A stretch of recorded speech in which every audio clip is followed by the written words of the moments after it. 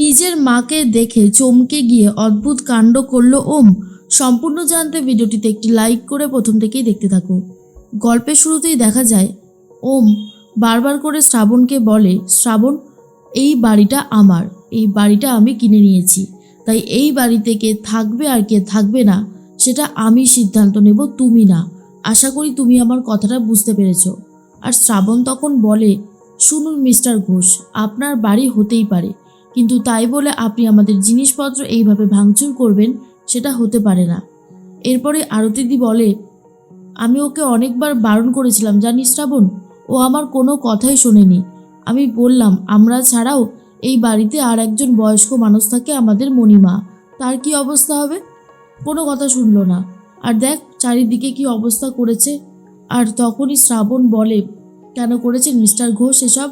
আর mister Ghosh তখন বলে, তার কৈফিয়ত নিশ্চয়ই আমি তোমাকে দেব না, আমার যা ইচ্ছা আমি তাই করব, এবার দেখি তুমি কি করতে পারো। শ্রাবণ বলে, কি করতে পারি দেখাচ্ছি। যারা সব কিছু ফেলে দিচ্ছিল তাদের কাছে গিয়েই বলে, দাদা, আপনাদেরকে আমি ওই বুকুর ভাসতে দেখেছি, আপনারা ব্রহ্মচারীরা, আপনারা বুঝি মেয়েদের গায়ে হাত দেন, এটা তো ঠিক না। তখনই সে বলে, না না, আপনার কোথাও একটা ভুল হচ্ছে, আমরা মেয়েদের গায়ে হাত দেই না। শ্রাবণ তখন বলে, তাহলে আমার হারমোনিয়ামটা দিয়ে দিন। বাহ, এই তো কত ভালো লোক আপনি। হারমোনিয়ামটা নিয়ে আরতের দিকে নিয়ে আর দুর্বাকে নিয়ে ঘরে ঢুকে দরজা বন্ধ করে দিতে চায় শ্রাবণ। ওম তখন বলে, শ্রাবণ, তুমি এরকমটা করতে পারো না, তুমি কিন্তু অন্যায় করছো। শ্রাবণ বলে, যান এখান থেকে, বেরিয়ে যান, আমি আপনার মুখও দেখতে চাই না, বলেই দরজাটা আটকে দেয়। তখনই আরতিদি বলে, শ্রাবণ, উনি তো এবারে রেগে গেল, যদি দরজা ভেঙে ফেলে তখন কি হবে? শ্রাবণ তখন বলে, আগে ভাঙুক, তারপর দেখবো ওনার কত ক্ষমতা। সত্যি বলতে এগুলো আমারও আর ভাল লাগছে না। এর মধ্যে ওম বলে, শ্রাবণ, শ্রাবণ দরজাটা খোলো, না হলে কিন্তু আমি দরজাটা ভেঙে ফেলবো। কি হলো, তোমার কথাটা কানে যাচ্ছে না? কি হলো শ্রাবণ, দরজাটা খোলো। কিন্তু শ্রাবণ তো দরজা খুলছে না। আর এরপর ওম দরজাটা সত্যি ভেঙে ফেলেছে। তখন আরতিদিরা সবাই ভয় পেয়ে যায় আর বলে, আপনি দরজাটাও ভেঙে দিলেন?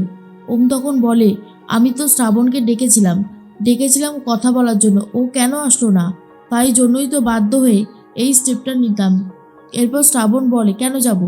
আপনি যেমন ঘোষ বাড়ি থেকে আমাকে বার করে দিয়েছিলেন শুধুমাত্র আমার মুখ দেখবেন না বলে, আমিও সেরকম আপনাকে বার করে দিয়েছি। এরপরে ওম বলে, তোমার সাহস থেকে আমি অবাক হয়ে যাচ্ছি, তোমাকে বললাম না যে এটা আমার বাড়ি, আমি কিনে নিয়েছি? শ্রাবণ বলে, কিছুটা ভদ্রতা কিনলেও তো পারতেন, ভদ্র ব্যবহার করতে জানেন না তো, আবার এসেছেন এখন বড় বড় কথা বলতে। ওম তখন বলে, এবারে তুমি আমাকে অনেক অপমান করছো, আমি কিন্তু এগুলো একদমই সহ্য করব না। শ্রাবণ বলে, আমি কোনো অপমান করিনি, যা বলেছি তা একদম ঠিক কথা বলেছি। এর মধ্যে শ্রাবণ একটা ব্যাট হাতে তুলে নিয়েছে আর বলে, এবার দেখাবো আমি কি জিনিস। শ্রাবণের কথা শুনে ওম ভয় পেয়ে যায়, বলে, শ্রাবণ, শ্রাবণ, তুমি ব্যাট নিয়ে কোথায় যাচ্ছ? এরপর এসে গাড়ির কাঁচটা ভেঙে একদম গুড়িয়ে দেয়। আর ওম তখন বলে, এটা তুমি কি করলে? শ্রাবণ বলে, বললাম না, আমি যেটা করেছি বেশ করেছি, আপনি যদি আমার কথাটা না শোনেন, আর আমি কি করে আপনার কথা শুনবো মিস্টার ঘোষ, তাই জন্যই তো বাধ্য হয়ে এটা করলাম। তখনই ওম বলে, বাড়াবাড়ির একটা সীমা থাকে, তুমি যেই চরমতম অন্যায়টা করলে তার শাস্তি তুমি পাবে, তোমাকে শাস্তি দেব আমি। শ্রাবণ বলে, তাই নাকি? কি শাস্তি দেবেন? বাড়ি থেকে বার করে দেবেন? আমিও দেখতে চাই, যান নিয়ে আসুন। কি করবেন, পুলিশ নিয়ে আসবেন তাই তো? ওম বলে, হ্যাঁ, দরকার পড়লে নিয়ে আসবো। শ্রাবণ বলে, আমিও পুলিশকে বলবো, কোন হাজবেন্ডের অধিকার আছে স্ত্রীকে বারবার কথায় কথায় ঘাট ধাক্কা দিয়ে বাড়ি থেকে বার করে দেওয়া, আবার রাগ মিটে গেলে বাড়ি থেকে নিয়ে যাওয়া? কেন আমি এত অত্যাচার সহ্য করব, কিসের জন্য? কখনো না, বরং পুলিশ আসলে আমি পুলিশকে সমস্ত সত্যি কথাই বলবো। এর মধ্যেই আরতিদি বলে, সত্যি বাবা, এত ঝামেলা আর ভালো লাগে না, কোথা থেকে যে কি হয়ে গেল কে জানে। ওম তখন বলে, আপনার এই ছাত্রী শ্রাবণকে বলুন ঘোষবাড়িতে ফিরে যেতে। শ্রাবণ বলে, না, কোনোভাবেই আমি ঘোষবাড়িতে ফিরবো না। কেন ফিরবো আমি ওই বাড়িতে আমাকে অনেক কথা শুনতে হয়, আমি কোনোভাবেই আর একটা কথাও শুনবো না। এর মধ্যেই তখনই চলে এসেছিল ওমের মা বসুদা, বাজার করে নিয়ে আসছে। আর অন্যদিকে শ্রাবণ আরতি দিয়ে দুর্বাকে নিয়ে ঘরে ঢুকে দরজাটা ঠিক করবে বলে লোক ডাকছে। এর মধ্যেই ওম তখন বলে, শ্রাবণ, তুমি এরকম করলে তো, আমি এমন ব্যবস্থা করব যাতে তুমি আমার কাছে ইচ্ছায় চলে আসো, ঘোষবাড়িতে নিজের ইচ্ছাতে তুমি আসো। এরপরেই ওম এতটাই রাগের মাথায় ছিল, বসুধাকে দেখতে পায়নি। জোরে হাঁটতে গিয়ে বসুধার সাথে ধাক্কা লাগে, বসুধার হাত থেকে বাজারের ব্যাগটা পড়ে যায়। তখনই ওম বলে, সরি সরি সরি, আমি বুঝতে পারিনি। বলেই বাজারের ব্যাগটা থেকে সমস্ত কিছু তো পড়ে গেছে, সেগুলো কুড়িয়ে ব্যাগে ভরে দিচ্ছে।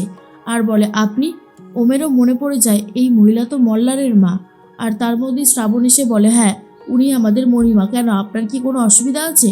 দয়া করে আপনি এখান থেকে যান, আপনার এই মুখটা আমাকে আর দেখাবেন না। ওম তখন বলে, কি দেখাবো আর কি দেখাবো না সেটা আমি খুব ভালো মতন জানি। আগে একটু সামলাতে দাও সবটা, এরপরে তুমি আসবে আমার কাছে।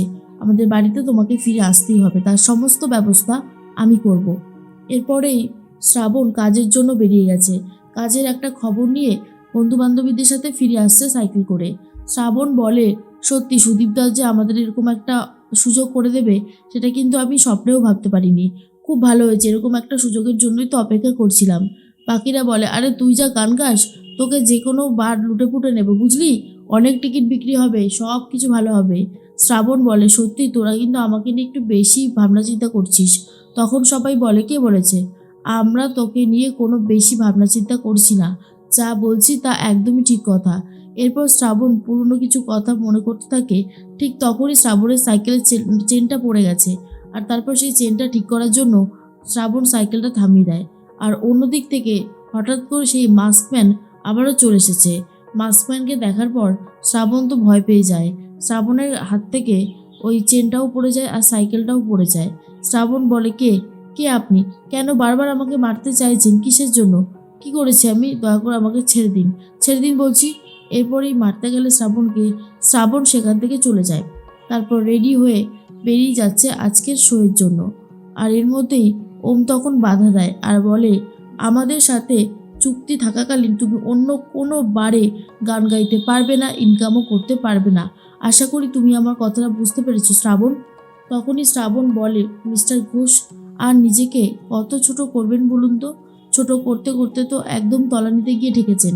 এরপর ওম বলে, হ্যাঁ জানি তো, তবে তোমাকেও আমি আমার বাড়িতে নিয়ে যাব। তোমাকে আমি কোনোভাবেই একা ছেড়ে দিতে পারবো না। শ্রাবণ তখন বলে, কেন আমার পিছনে এত পড়েছেন? আমাকে আমার মতন করে বাঁচতে দিন, আমি আর আপনার সাথে কোনো রকমের কোনো যোগাযোগ রাখতে চাই না। তখন ওম বলে, যোগাযোগ রাখতে চাই না বললেই তো হবে না, সব কিছু ঠিক করতে হবে, আর তার জন্য তোমাকে ভীষণ প্রয়োজন।